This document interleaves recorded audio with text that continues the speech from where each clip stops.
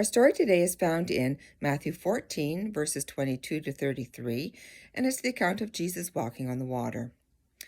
Thomas sat down with a thud next to the first pair of oars as Judas threw a coil of rope into the bottom of the boat with far more force than necessary. "We're leaving now?" he said incredulously. "That's what he said," Peter responded grimly. "Well, where's he? What's he doing?" Judas demanded. "He's dismissing the crowd, and then he's going up into the mountain to pray alone." "But why now?" Thomas countered. "He just fed the entire crowd with a few sardines and a couple of barley loaves. It was just like when God fed our fathers with manna in the wilderness. Did you hear the crowd? They were ready to crown him king. He has the will of the people behind him." "Then this is the moment to rally them, to form an army and drive Rome from our inheritance," Judas claimed. "He said, get in the boat and meet him on the other side. So that's what we're going to do," Peter said. The men unhappily took their places in the boat. Peter put one foot on the dock and shoved off from shore as he watched Jesus ascend the side of the mountain and the crowd slip away. He shook his head and sat down at the steering oars. When Jesus finally lifted his head from prayer, the night was far spent and the morning near. He stood on the side of the mountain and turned toward the Sea of Galilee. A strong breeze blew from the water and tugged at his robe and pushed his hair back from his face.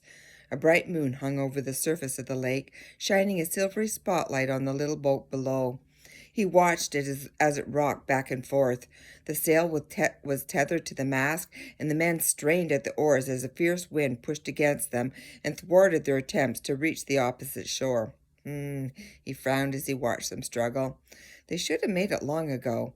They definitely are in trouble, and the disciples knew it. Every thought of kings and kingdoms had been washed away in their struggle against wind and waves. Over and again the disciples leaned forward and pulled against the oars until pain seared in their backs and arms and legs trembled with effort. Sweat dripped from their brows and into their eyes as their hearts pounded and chests heaved with their work. 4 of them could row at a time with the 5th man at the steering oar. They took turns at the brutal, seemingly endless labor in an effort to provide each man with a little relief. "Come on," Peter said. "It is your turn for a break," James said, motioning to Peter to relinquish his oar. Peter gratefully collapsed in the floor of the boat, hung his head, and gasped for breath. Then he lifted his eyes to the far shore to gauge their progress. "Well," John asked, "how are we doing?" Peter shook his head. "We are no closer." John clenched his teeth in determination as he struggled with his oar. Moments later, Peter watched as John's eyes widened. John gasped, shook his head, and squeezed his eyes tightly shut, and then opened them wide again. He leaned forward and stared past Peter into the dark waters behind him. "John, what's wrong?" Peter asked as he turned around to look behind him. And there, gliding along the surface of the water, a figure was moving towards them in the moonlight. Peter scrambled backward as the cries of the other men erupted all around him. They had spotted the apparition as well. Then a familiar voice of Jesus rang out across the water. "Take courage, it is I. Don't be afraid." Peter crept toward the side of the boat and called back to him, "Lord, if it is you, tell me to come to you on the water." "Come," Jesus replied. Well, Peter sat on the edge of the boat as the wind whipped his robe and the waves splashed over his feet.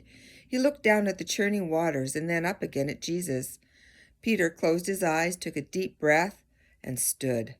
When the disciples yelled out cries of amazement that rose above the wind, Peter opened his eyes and laughed in wonder. He looked up to find Jesus waiting for him with an outstretched hand. Peter took another step, breath, and then a step, and then another, and then another. And suddenly a huge gust of wind bore down on Peter, and he involuntarily looked from the eyes of Jesus to the thread around him. Above him, clouds rolled by as the winds whipped sea into waves and crashing whitecaps. His mouth and throat went dry, and his heart began pounding in his ears. As the water gave way beneath him, he began to sink beneath the cold gray surface of the stormy lake. Panicked, he turned to Jesus. "Lord, save me!" And Jesus reached out instantly, took Peter by the hand, and lifted him above the waves once again. Seconds later, both were in the boat, and the wind slowed to a whisper, and the surface of the lake grew calm. Jesus looked around at the exhausted disciples, who stared at him in awe, and then, one by one, they dropped to their knees in the floor of the boat, bowed down before Jesus, and cried out over and over, "Truly you are the Son of God." Only hours before, Jesus had crushed their messianic hopes when he sent the crowd away. For so long they had mourned for Israel's freedom, longed for the day Messiah would come, and God would deliver his children from the cruel oppression of Rome by his mighty hand. The disciples, disappointed, the wind and the waves had been gifts in disguise. They were tools in the Father's loving hands, used to deliver them for their temporal hope of an earthly ruler to a more enduring kingdom.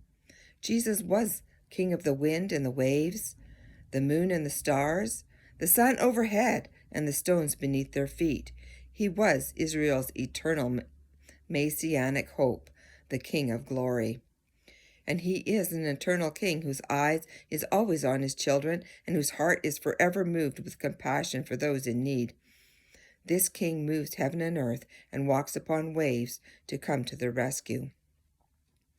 Eternal King, deliver me from earthly ambitions and temporal affections. Grant me the faith to trust the path you have ordained for me, even when it is marked with seemingly impossible circumstances. I find myself hesitant at the altar of surrender. Jesus, afraid of losing all I hold dear. Help me to remember that your love for me is completely and forever good. Truly, nothing I hold precious is secure until I release it into your loving hands. And thank you for listening, and have a good day.